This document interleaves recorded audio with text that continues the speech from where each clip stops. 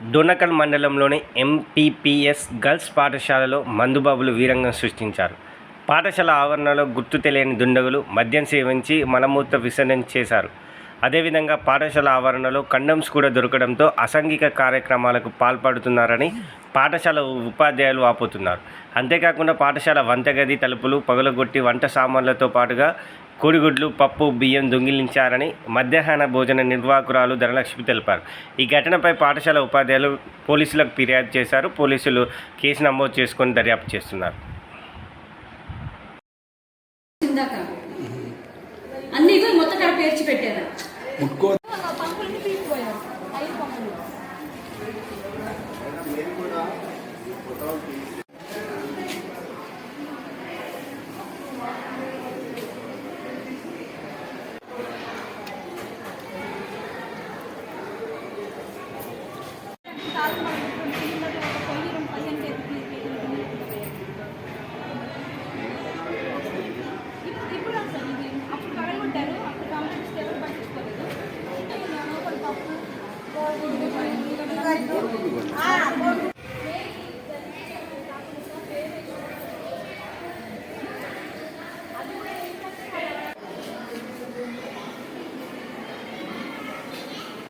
నమస్తే అండి.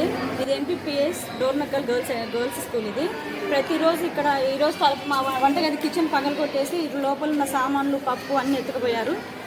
ఒక 5 days అవుతుంది ఎత్తుకపోయి కూడా రాత్రి తలుపులు పగలగొట్టారు. ఇక్కడే కండోమ్ ప్యాకెట్స్ ఇక్కడే పడుకొని ఇక్కడ పడేసి వెళ్ళిపోతారు, గలీజ్ చేస్తారు, లెట్రిన్కి పోతారు. ఇదే ప్లేస్లో మాకు స్కూల్ గేట్ లేదని చెప్పేసి స్కూల్ తాళాలు తీసి రెండోసారి పగలగొట్టడము. ఎట్లయినా సరే పోలీసులు దీని గురించి కొంచెం ఆలోచించి తగిన చర్యలు తీసుకోవాలని కోరుకుంటున్నాం.